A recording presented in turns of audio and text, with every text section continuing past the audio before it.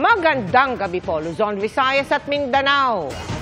Nagpalipat-lipat ng mga bangka at barko sina Alice, Sheila at Wesley Go. Ayon sa pagdedetalye ni Sheila sa kung paano sila nakalabas ng Pilipinas. Pag-amin pa niya, hindi siya pinanganak sa Pilipinas at hindi rin umano niya tunay na kapatid si Alice. Giit din ni Sheila Go, hindi siya konektado sa Pogo sa Bamban, Tarlac. At nakatutok si Salima Refran. Bungi-bungi ang kwento sa Senado ni Sheila Go kung paano lumabas ang bansa silang magkakapatid na dismissed Bamban Mayor Alice at Wesley Go. Hindi niya masabi kung anong petsa sila umano sinundo sa farm sa Tarlac. Ang sabi lang niya, nagpalipat-lipat sila ng bangka. Dito lang po kasi galing kami sa bahay. Tapos may sunto sa amin na isang sasakyan. Saan kayo dinala? Anong klaseng sasakyan? Van. And then, saan nga kayo dinala? Hindi ko alam kung sa yung lugar. Siguro biyahe kami ng ilan oras. Ilan daw kayo sa van? 3 po. 3? Sino? Kaming 3. Sino? Sinong 3? Si Alice tsaka si Wesley po. Sakay po kami ng boat. Ha? Ano po? Sasakay kami ng boat sa dagat. Diretso na kay Malaysia? Diretso kay Malaysia? From Pilipinas? Saan? May palit. Ha? May palit yung mas malaki pa. May palit pa isang ulit. Dahil walang tatak palabas ng Pilipinas ang Philippine passport ni Sheila, ang konklusyon ng mga senador at mga otoridad, sa backdoor dumaan ang magkakapatid na Go. Nung aalis na kayo nung gabi, alam mo kung saan kayo pupunta? Hindi po. Hindi ka nagtatanong?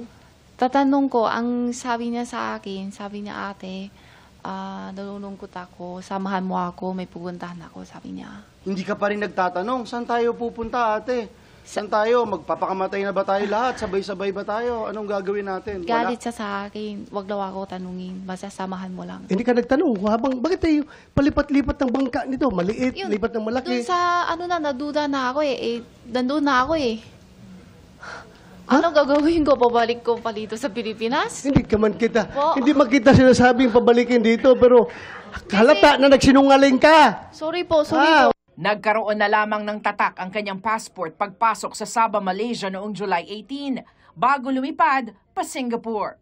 Sabi ni Sheila, magkakasama daw silang 3 hanggang makarating ng Batam, Indonesia. Nang nagtangka siyang bumalik ng Singapore noong August 20, doon na raw siya nahuli kasama si Cassandra Leong, ang kinatawan ng ni-raid na Pogo sa Porac, Pampanga na Lucky South 99. Wala sa Senate hearing si Ong na nakadetene sa kamera bunga ng inilabas na arrest order doon. Si Wesley, alam ko nauna siya sa amin sa Singapore. Okay.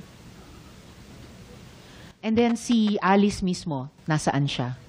Yung hiwalay kami, sa Indonesia pa po siya. Nandun pa ba siya sa Batam? Hindi ko alam kasi nauna siya alis sa hotel.